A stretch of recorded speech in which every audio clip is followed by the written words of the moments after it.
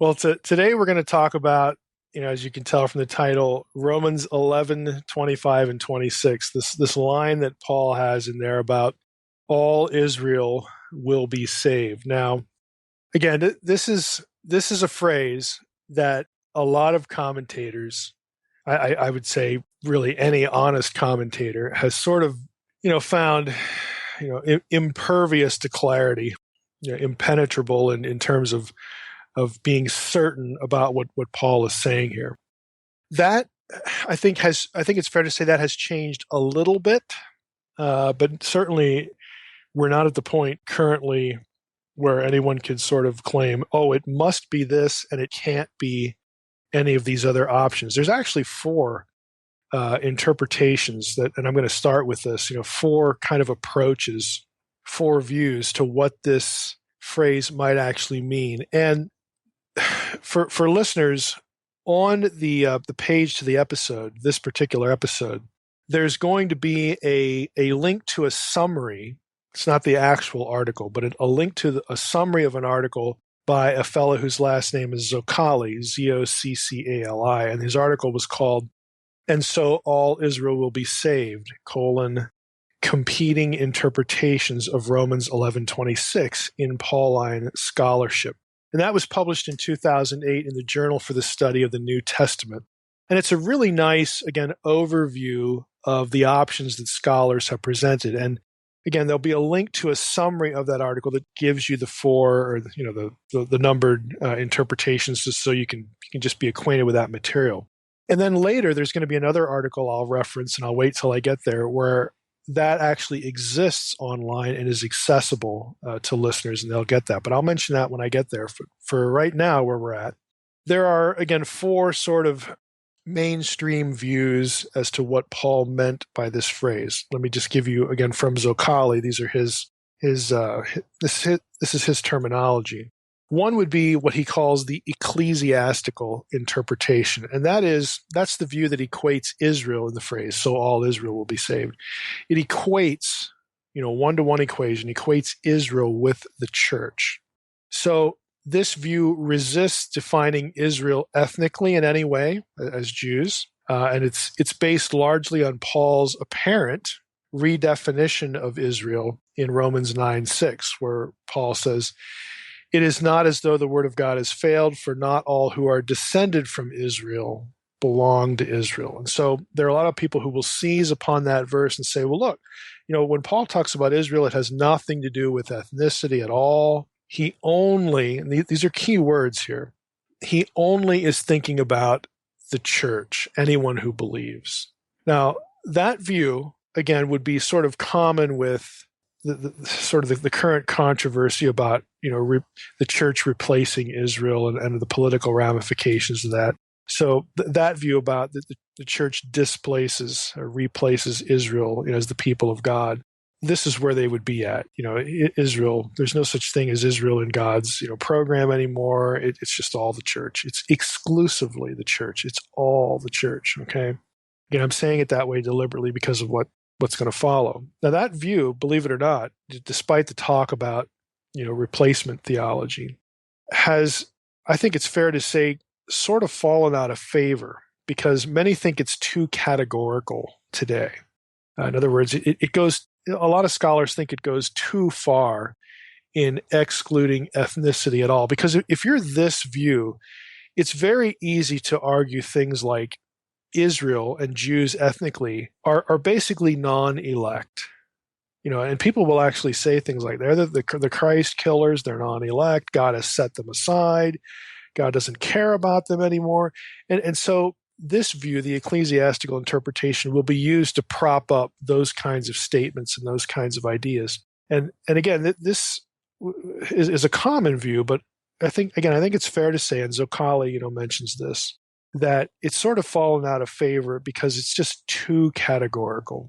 So again, take that for what it's worth, where we're at least in this episode. The second view, first is the ecclesiastical interpretation. The second view would be what Zoccali refers to as the total national elect view.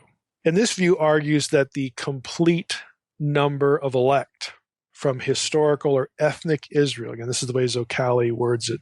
The complete number of elect from historical Israel, from ethnic Israel, will be saved in the same manner as the Gentiles, in other words, through Christ. Now, again, what this does is it sort of takes attention away from the identity of the elect, the identity of Israel in Paul's statement, and kind of changes the discussion to how and why these elect will be saved. And of course, the answer to that is through Jesus. So it sort of changes the question, or it changes the focus a little bit. Third view is what Zoccali refers to as the two covenant view. This is a minority view. I think very arguably the smallest number of scholars would be in this camp. And I think you'll see why once I explain what it is. But the two covenant view says that every Jew will be saved by membership in the Jewish covenant. In other words, the fact that they're Jews and God made a covenant with Israel in the Old Testament, those people are just saved, okay, because of who they are. Every Jew will be saved by membership in the Jewish covenant, regardless of whether they embrace the gospel of Christ or not. They're in because they're Jews and God chose them. That end of story. Now that defines the Old Testament covenant election as salvation. That's what that does. And again, there are significant problems with that because of apostasy. And we've talked about these things on the podcast before. But again, that's just what this view would say. It would add that Jews who do respond to the gospel are also saved, but they're saved because of Jesus then. And you say, well, that's kind of odd because like if you needed, they would say, no, a Jew didn't need Jesus. A Jew would have been saved because they're a Jew. But if they do believe in Jesus, well, that's good too. They're going to get to heaven either way.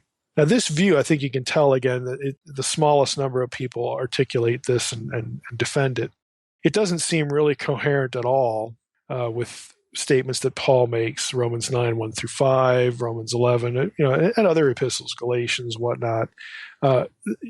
Paul doesn't really define salvation as the fact that you're a Jew. I mean, he was a Jew, and he said he needed Christ.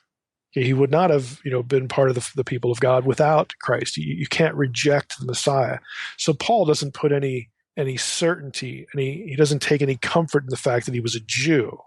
Okay, he's pointing people to the need, including pointing Jews to the need of Christ. So again, this is really kind of a fringe minority view. Fourth view is what's called, again by Zoccali, the eschatological miracle view. And that is, this is the idea of a future salvation of all Jews, either at the second coming or immediately prior to the second coming. So in other words, after what Paul talks about in Romans 11, this is verse 25, because we're talking about Romans 11:26, all Israel will be saved. The verse right before it talks about the fullness of the Gentiles coming in. So this view says, well, after the fullness of Gentiles has come in, whatever that means, that's either, hey, all of the Gentiles predestined to be saved or get saved, or more ambiguously, the mission to the Gentiles is God declares that it's over.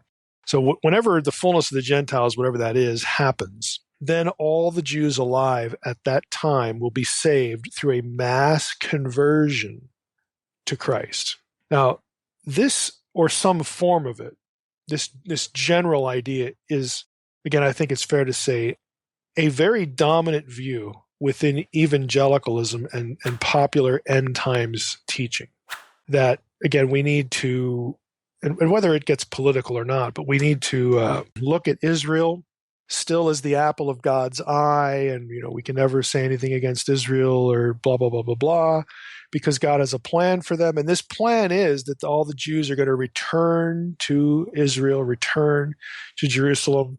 As we move into the end times, this is going to happen because they're going to be protected from the Antichrist there.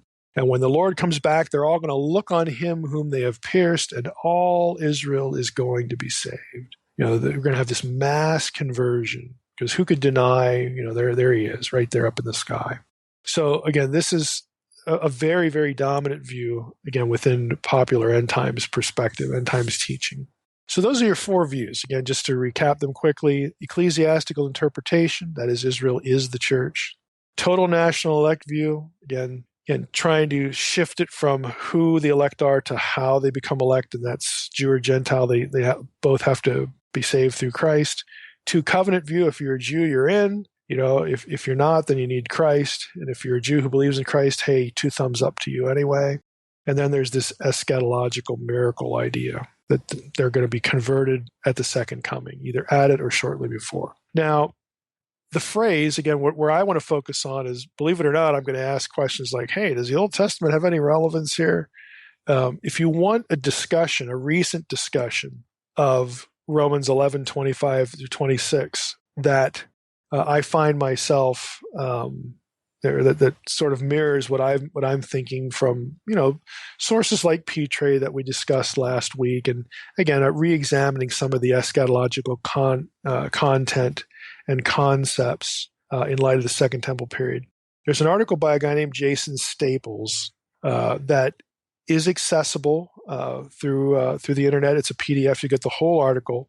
And it was published in the Journal of Biblical Literature in 2011, which again is it's one of the premier biblical studies journals.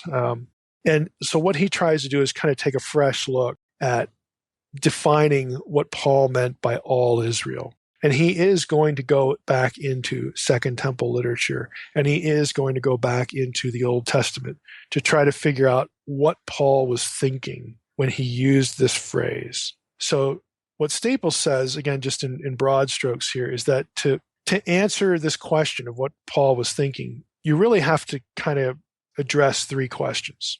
There's 3 sort of really important interpretive questions. One is, well, how does Paul define all Israel? That would be the most obvious one, because that's going to probably tell us what he was thinking, how he was thinking about it. 2, what does Paul mean by the fullness of the nations, the fullness of the Gentiles? I mean, what's going on with that? And then 3rd, how is the salvation of, quote, all Israel, how is it related to the fullness of the Gentiles? What's the relationship between the 2? So those 3 things, again, they work together. But Staples is saying, look, if we can kind of grok these things, we're going to be able to figure out, maybe not with complete certainty, but a reasonable degree of certainty what Paul was angling for here. So in short, the essential thing to solve is, again, what does the ingathering of the Gentiles have to do with the salvation of all Israel? If you wanted just to put it in a sentence, because Romans 11:25 and 26 discusses both ideas in relationship to each other. So you can't just talk about all Israel being saved without talking about the fullness of the Gentiles. And you can't talk about the fullness of the Gentiles without talking about this all Israel thing. So in a sentence, here's the question. What does the ingathering, the regathering of the fullness of the Gentiles, again, into the family of God, what does that have to do with the salvation of, quote, all Israel? So let's take them in order. And again, for those who want the article, you can go up and get lots more detail, but I'm going to try to distill some of what Staples has said, and again, add my own thoughts to this, my own perspectives. But that's a good resource for tracking on the major ideas anyway. So let's talk about all Israel.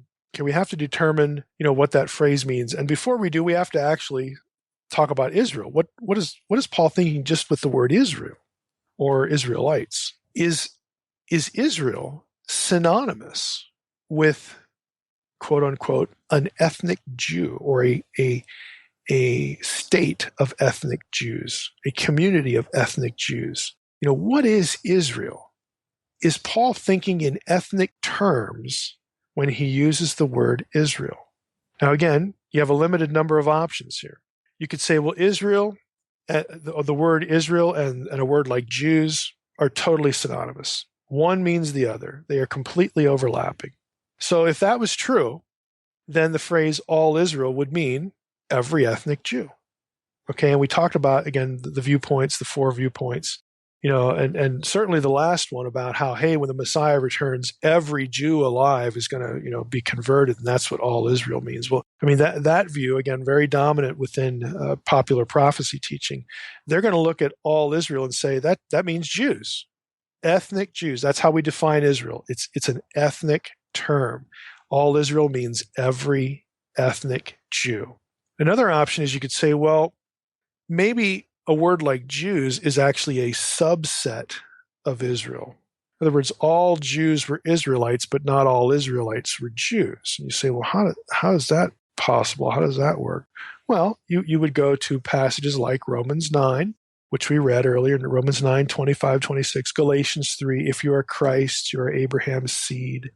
He's writing to the Galatians who were Gentiles. The whole chapter of Galatians 3, redefining children of Abraham to include the Gentiles. So if that's what Paul's thinking is about Israel, when he writes the word Israel, he's thinking, well, when I write the word Israel here, I'm not thinking of only ethnic Jews. I'm thinking of people who are Israelites spiritually. In other words, they have the faith of Abraham, like I wrote to the Galatians way back when in Galatians 3. So, those are your basic options. Israel means every ethnic Jew, or all Israel, every ethnic Jew.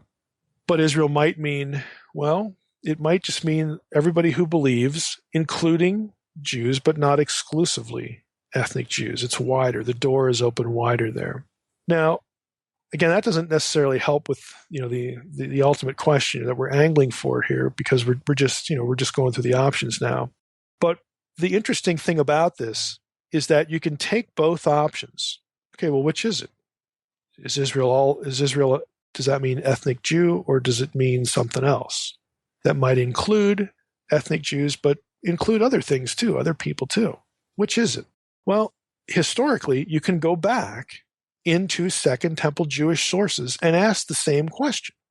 When Jews of Jesus' day, when Jews of Paul's day, and before, earlier than them, without a New Testament, without the Messiah having come yet, without Paul ever even being born, how were Jews in the Second Temple period, when they wrote about Israel, when they used the word Israel or Israelite or Jew, how did they think about the terms?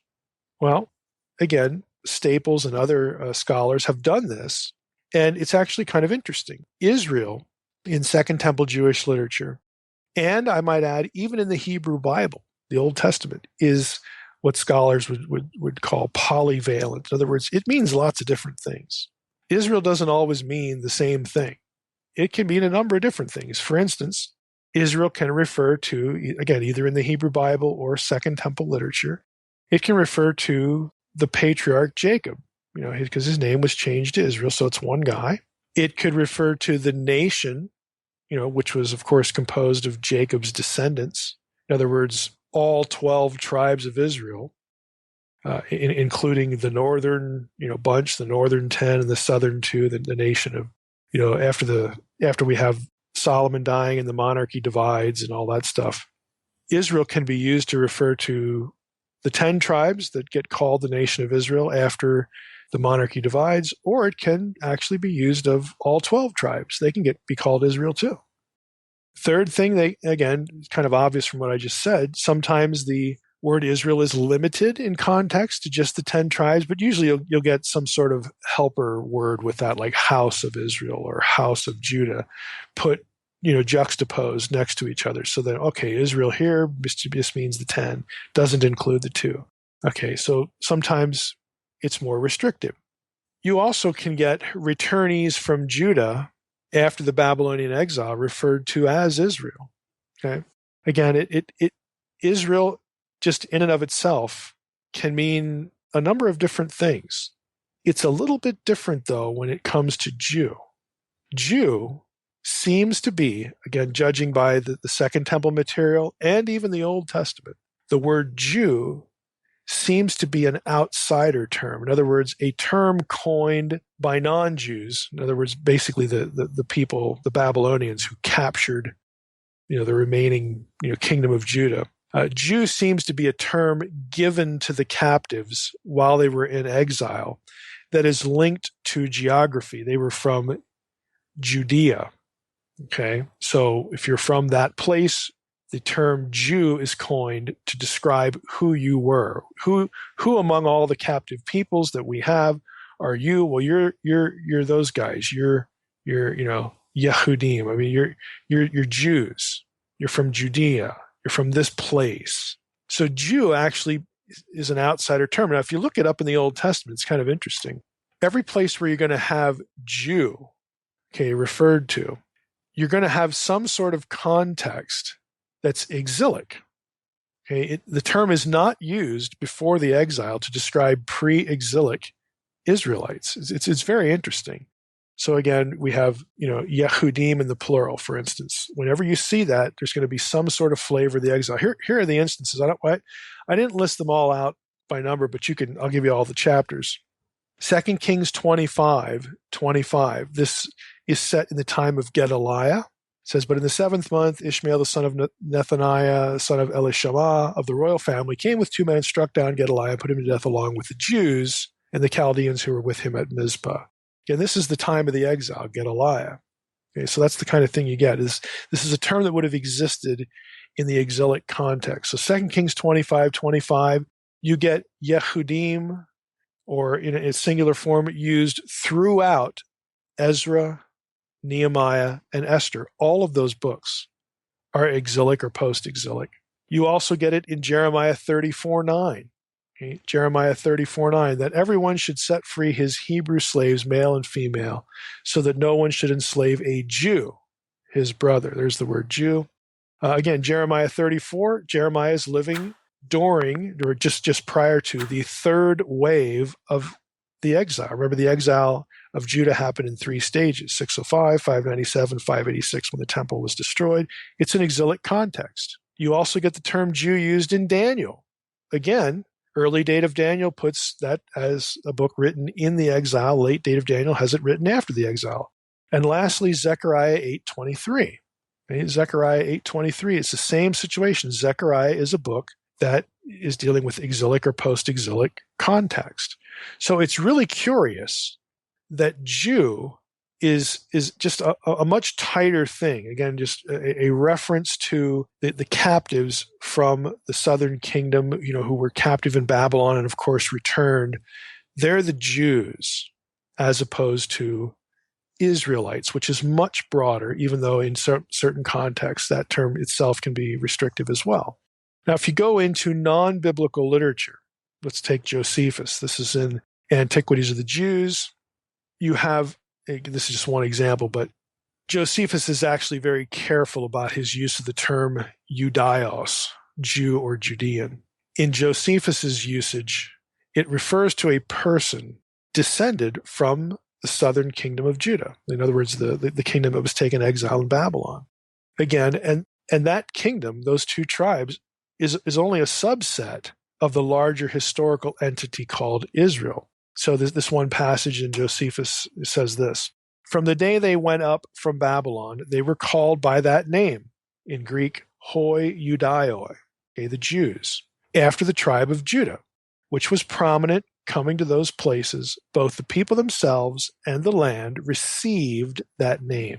So this is a pretty clear historical testimony by Josephus, who ought to know what he's talking about when it comes to the Jews. Says, hey, this is what this term meant. It was a term given to the people from the tribe of Judah and, of course, the place of Judea that was taken captive into Babylon. So the term, again, was necessarily limited to the descendants, the people who came from the exiled southern kingdom. And it's an outsider term. It's a term given to these people by their captors. Now, there's I'm going to quote a little bit from an article that I don't have a link for. It's an article by a guy named John Elliott from the Journal for the Study of the Historical Jesus, again, talking about this issue, this terminology. He says here, Jesus and his earliest followers, evidence demonstrates, were called Israelites, Galileans, or Nazareans by their fellow Israelites. Israel and Israelites were the preferred terms of self-designation among members of the house of Israel when addressing other members. They did not use Judaios, Jew. This term was outsider coinage and is best rendered Judean, not Jew, again, technically, to reflect the explicit or implied connection with Judea, with the place. It was employed by Israelites when addressing outsiders as an accommodation to outsider custom, to outsider usage. The concepts Jew, Jewish, and Christian as understood today are shaped more by 4th century AD rather than 1st century AD persons or groups. The concept Jew, as understood today, derives not from the first century, but from the fourth and following centuries. It denotes persons shaped by and oriented to not only Torah and Tanakh, that's the whole Hebrew Bible, but Mishnah, Midrashim, and Talmudim. That's at the end of Eliot's quote. So again, it just gives you, again, reinforcement for what the earlier source was saying. This was Jews referred to each other one way. They referred to each other in the presence of foreigners another way. And then the term Jew was, again, that was outsider lingo. In the lexicon entry on Judaios in BDAG, again, BDAG is the premier Greek lexicon for biblical studies, the editor Frederick Donker laments that, quote, incalculable harm has been caused by simply glossing Judaios with Jew. For many readers or auditors of the Bible translations do not practice the historical judgment necessary to distinguish between circumstances and events of an ancient time and contemporary ethnic, religious, social realities, with the result that anti-Judaism, in the modern sense of the term, is needlessly fostered through or by means of biblical texts, unquote. So Donker's actually saying the fact that we've been careless in the way we throw the term Jew around has actually contributed to anti-Semitism, among the biblical scholars and the religious community. So I threw that in basically to say this isn't just an item of trivia. It actually has implications, and implications that have been known to scholars for some time. Now, let's look at the phrase all Israel. So we've talked about the phrase Israel or Israelite. We've talked about the word Jew. And again, one is fairly elastic. Jew, again, is much less so, and again, an outsider term. All Israel as a phrase, believe it or not, occurs 153 times in the Bible, only once in the New Testament.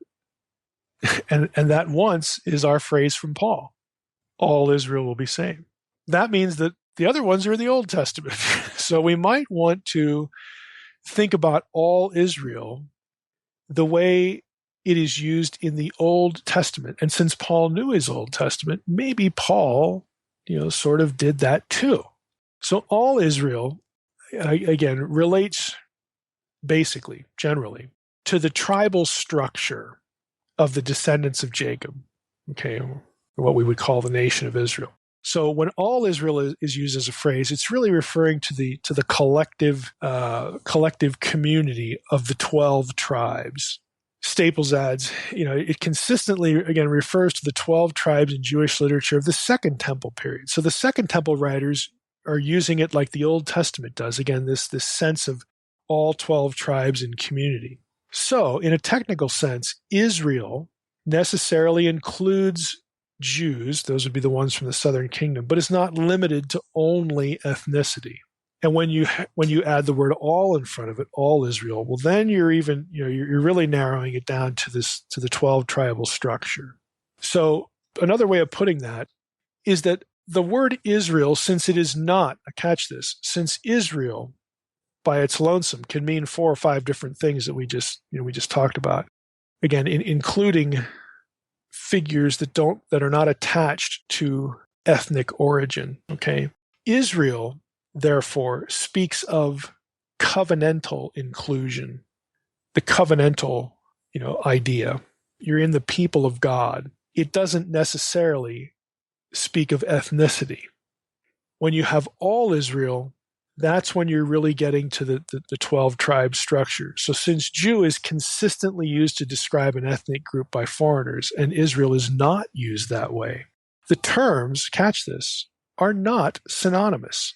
They are not one-to-one overlapping.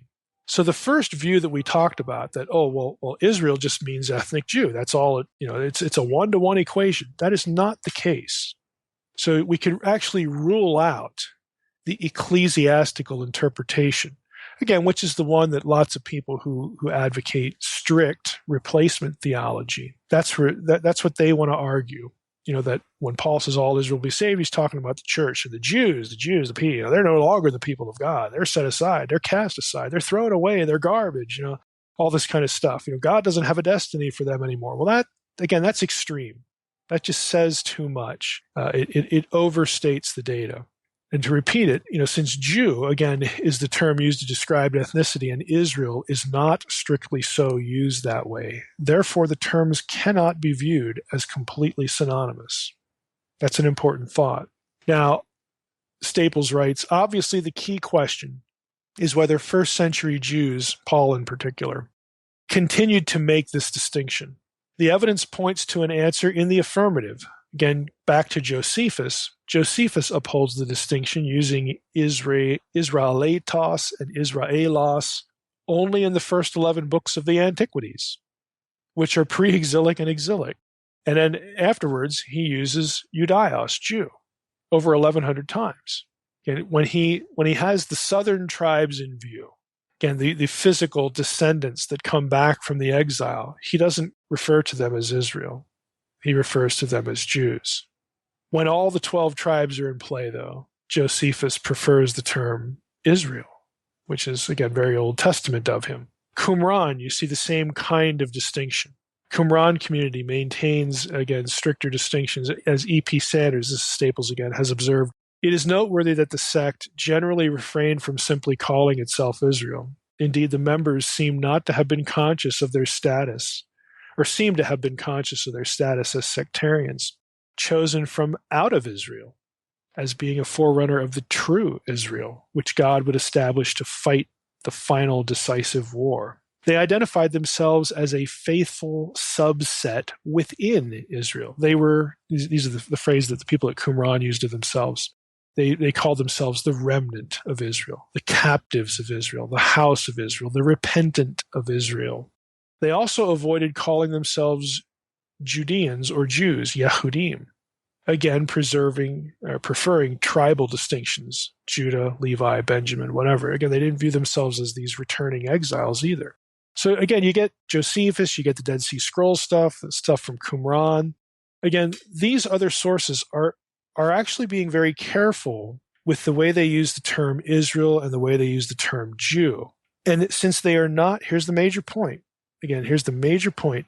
Since Israel and Jew, those two terms are not used the same ways of the same things, they cannot be completely synonymous. So anyone who says they are and wants to make a theological or political point out of that is just wrong. Okay, the basis of the claim is flawed. So they are not completely overlapping. Now let's talk about some implications and go back to Paul here.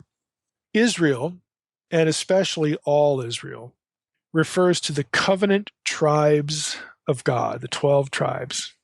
But again, the term Israel and the phrase all Israel can't be said to refer to exclusively ethnic Jews. If you were thinking of ethnic Jews, if you were Paul and you're thinking about, hey, I'm writing to the Romans here, and I'm talking about like end times, and I'm talking about their future destiny, and I want to make sure that they know that I'm writing about ethnic Jews, Paul would have used the term Judaios. He does not. He uses Israel. All Israel will be saved. He doesn't say all Judaioi will be saved. Two different things. So when Paul speaks of all Israel, again, which in the Old Testament points to the covenant tribes, he is speaking not necessarily of ethnic Jews, but of the totality of God's covenant people. Let me read that again.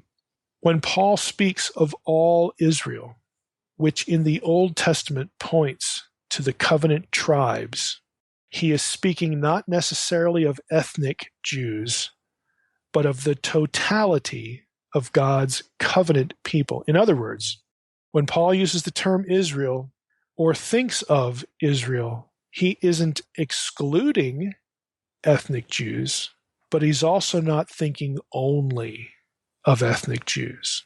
Rather, he is thinking about the total covenant people of God. And you know what that means? Here's the implication. It means that when Paul talks about Israel and all Israel, he's talking about a theological construct, not an ethnic construct. And that is really, really important. Israel for Paul is not an ethnic term. It's a theological term. Why? Because it is tied to the covenant people concept in the Old Testament. And Paul's reading of this is not unique. It's consistent with the Second Temple literature. All Israel does not point to all ethnic Jews. So not only can't the first view, not only can't the first Jew sort of jump on this and draw conclusions. Again, equating Israel and the church. Well, why not, Mike? It sounds like the ecclesiastical interpretation. It's just the church now. No. It's the church, yes, but it doesn't exclude Jews, like a lot of replacement theologians want to have it. And the last view, the eschatological miracle view, that really wants Israel to mean ethnic Jews, because all the ethnic Jews are miraculously saved, that doesn't wash either. Okay, that doesn't wash either. Because if that's what Paul was intending, he would have used a different term. So again, we have a little bit of, we have some nits to pick with replacement theology and the basis for what they say, and your more popular evangelical kind of, your miracle conversion view. Again, there's problems there too. And this is typically the way it is with eschatology. A system will latch on to an idea, and again, I hate to put it this way, but never actually go back to the primary texts and check if their idea derives from the primary sources or not. And what that leads to in the replacement view, they overstate the case, again, and it actually produces antipathy toward Jews, ethnically or politically. And on the other side, it misreads the text. Okay, Paul is not talking about ethnic Jews in Romans 11, 25, and 26. So again, these are important, implications of what's going on here. I mean, we have to let the primary sources guide our thinking. Now, this brings us again to a question. If we say that Israel is a theological construct and not simply an ethnic one, let's zero in on this phrase, all Israel. If Paul is doing theology there, and he's not doing ethnicity there, the question is, did Paul ever specifically divorce this idea from Jewish ethnicity so as to include Gentiles? In other words, okay, Paul's using Israel as a theological construct that really means the people of God, believers, okay? Now, the replacement theologians want you to conclude from that, Paul he is writing off the Jews, and we should write off the Jews, and they don't have any destiny, and God doesn't like them anymore, and he's turned his back on them, and so we shouldn't, worry about how we treat them and all this kind of stuff. This is all fulfilled in Jesus, and the Jews killed the Jesus, and the Jews are just awful, and again, it breeds this anti-Semitic kind of flavoring to it. Again, that's where replacement theology, it doesn't have to lead there, but it often does. Again, this overly antagonistic view. So, Paul's building this theological construct. Does he ever, when he's doing that, is that proof that he's including Gentiles? And of course, the flip side of the coin is, does Paul therefore deliberately exclude ethnic Jews? Is Paul anti-Jewish? Okay, what we've read to this point, I think the answer should be clear. Paul does, since it is a theological construct, since Israel is a theological construct and not an ethnic construct. Yeah, in Paul's mind, Israel included Gentiles. And I'm going to take you into a few passages here to show you that. But at the same time, while Gentiles are being brought in, Paul is not expressing antipathy toward his countrymen, and so we shouldn't. He is not writing them off as though they have no destiny in God's mind anymore in the flow of eschatological history. God has not washed his hands of them. Okay, the door is wide open within the theological construct of the people of God for ethnic Jews. Paul isn't making an excluding statement. He's creating a construct that is inclusive of Gentiles. And I've already mentioned Romans 9. Just read a couple passages to you, but then I'm going to get to one that's going to surprise you. Romans 9, 6 through 8. This one's probably familiar. Paul writes, "But it is not as though the word of God has failed. For not all who are descended from Israel belong to Israel. and not all are children of Abraham because they are his offspring. But, quote, through Isaac shall your offspring be named, unquote. This means that it is not the children of the flesh who are the children of God, but the children of the promise are counted as offspring. That's a very clear statement that the children of Abraham includes Gentiles. It's very clear. I don't know what else Paul could say to make it clear. Maybe Galatians 3, that's what we'll read next. Paul writes, beginning in verse 7, know then that it is those of faith who are the sons of Abraham. There it is, point blank. And the scripture, foreseeing that God would justify the Gentiles by faith, preached the gospel beforehand to Abraham, saying, quote, in you shall all the nations be blessed, unquote. So then, those who are of faith are blessed along with Abraham, the man of faith. Skipping ahead to verse 25, Galatians 3. But now that faith has come, we are no longer under a guardian. For in Christ Jesus you are all sons of God through faith. For as many of you as were baptized into Christ have put on Christ. There is neither Jew nor Greek. There is neither Jew nor Greek. There is neither slave nor free. There is no male and female, for you are all one in Christ Jesus. And if you are Christ's, then you are Abraham's offspring, heirs according to the promise. It's the end of Galatians 3. Again, these are explicit, clear statements. So let's put Paul and his terminology in the Old Testament. Does this work? What we just read in Romans 9 and Galatians 3, is Paul inventing something? Or does the Old Testament foreshadow Paul's thinking? Does the Old Testament even explicitly justify Paul's thinking? And again, what is Paul thinking? Well, Paul is thinking that since we have Jesus, all Israel will be saved. In other words, all the people of God. This is a theological construct. Israel is no longer an ethnic construct. It's a theological construct that includes Gentiles. You say, oh, Paul, that's just so innovative. That's just so, so radical. Is it really? Is it really?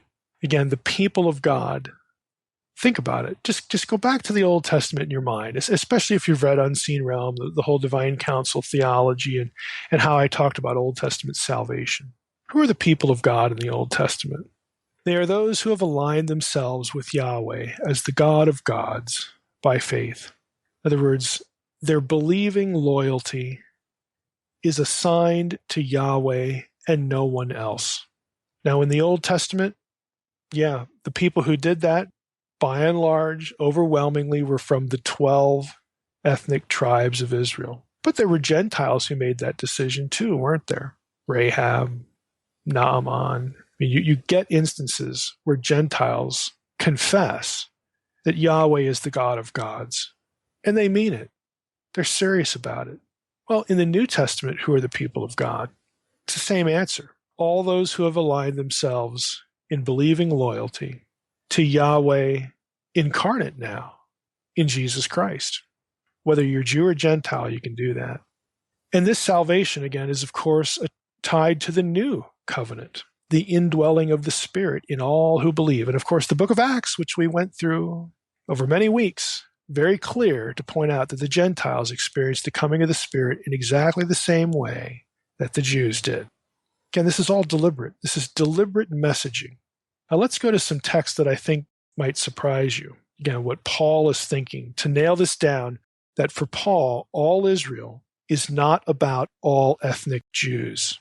It's not about the land of the Jews. It is a theological construct that's about anyone who will align themselves with the God of Israel incarnate in Jesus Christ, Jew or Gentile. Jeremiah 30, verse 3 says, "For behold, days are coming, declares the Lord, when I will restore the fortunes of my people, Israel and Judah." Catch that. He refers to all 12 tribes there. This is Jeremiah writing. The 10 tribes in the north don't exist anymore. This is Jeremiah, alive just before Nebuchadnezzar's invasion, okay? "For behold, days are coming, declares the Lord, when I will restore the fortunes of my people." Who are his people? All 12 tribes. "Israel and Judah, says the Lord. And I will bring them back to the land that I gave to their fathers, and they shall take possession of it. Both Israel, the 10 tribes, and Judah, the 2 tribes, are called by God, my people. Now, that's noteworthy because in Hosea, again, Hosea was the one writing before the northern kingdom went kaput. Remember Hosea 1:9? When he looked at Israel, Hosea looks at Israel, and they're apostate as can be, and he knows the Assyrians are going to wipe them out. The Assyrians are going to be God's hand for this. He looks at Israel, the 10 tribes of the north, and says, Lo ami, not my people. Okay, Hosea 1:9, I'll just read it to you. It says, and the Lord said, call his name, one of, again, Hosea's children, call his name Lo ami, not my people. For you are not my people, and I am not your God. Again, the 10 tribes are just done. Now look at Paul. Look how Paul uses this phrase and its idea when he quotes Hosea in Romans 9:25-26. So we've read Romans 9:25-26 twice already.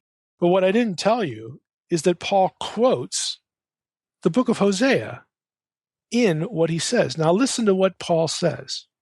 Here's Romans 9:22. He says, what if God, desiring to show his wrath and to make known his power, has endured with much patience vessels of wrath prepared for destruction, in order to make known the riches of his glory for vessels of mercy, which he has prepared beforehand for glory?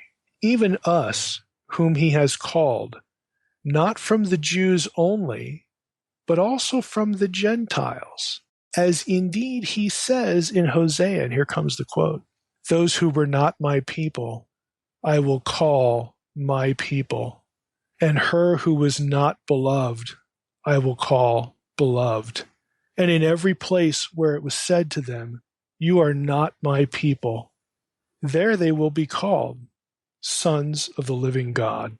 Now you think about that. What is Paul doing? I'll tell you what he's doing. He's swapping in the Gentiles to replace the 10 lost tribes. Those who were not my people. Who were not my people in the Old Testament? Well, Gentiles weren't the people of God. And of course, we know that, hey, that the 10 lost tribes aren't either, because he said in Hosea, not my people. Okay, Paul includes the Gentile in the restoration of the theological construct known as the people of God, all Israel, because he reads that theology in the Old Testament. He's reading that in Hosea. Now you go back to Romans 11. This is where we started. Lest you be wise in your own sight, I do not want you to be unaware of this mystery, brothers. A partial hardening has come upon Israel until the fullness of the Gentiles has come in. And in this way, all Israel will be saved. Okay, what he's doing is, look, yeah, partial hardening upon Israel. And then, that's because, God did that. That happened because God wanted the fullness of the Gentiles to come in. And in this way, once the Gentiles come in, all Israel will be saved. Remember, all the other instances of the phrase all Israel are found in the Old Testament, and they refer to the 12 tribes. Okay, Paul is reading his Old Testament. He's reading all Israel as a theological construct that includes Gentiles in the 12 tribe idea. He's getting his theology from the Old Testament, and it's not about ethnic Jews. It is inherently inclusive of Gentiles, which means, in our parlance, post-cross, that what he's talking about here are believers in general. And yeah, you can say that's the church. Go ahead. You can say it because the church is circumcision neutral. But look at Paul's wording. It's a partial hardening on Israel. And Israel itself doesn't exclude ethnic Jews. It includes Gentiles. So yeah, you can read this and say, okay, what Paul's talking about is believers anywhere, not just ethnic Jews. That's correct. That's what Paul means. But what he doesn't mean is just as important. He is not going the extra mile to throw the Jews under the bus. He's not doing that. And so we have to be careful not to overread what Paul is saying, but also not misread what Paul is saying. And so the ramifications, again, for our purposes as we wrap up here, is that Paul's talk, his lingo here, is certainly eschatological. But these prophecies do not have 1948 or any physical regathering of national Israel in view. Rather, for Paul, the Israel he's thinking about is a theological construct, the totality of the people of God, whoever they might be. He's not thinking of ethnic Jews or a national geographic location associated with a particular ethnic group. So pop eschatology, again, has some sins to atone for here. But so does replacement theology because of the way it over-exaggerates the data. Again, maybe because of an anti-Semitic streak in it. Again, I'm not saying that anyone whose replacement theology is anti-Semitic. That would itself be an overstatement. I am not saying that. I am saying that that view has gone down that road too often. Once is too often. Okay, so again, the error is marginalizing political Israel, again, to the point of anti-Semitism, but it's also, on the reverse side of the coin, it's not looking at ethnic Israel as some sanctified thing.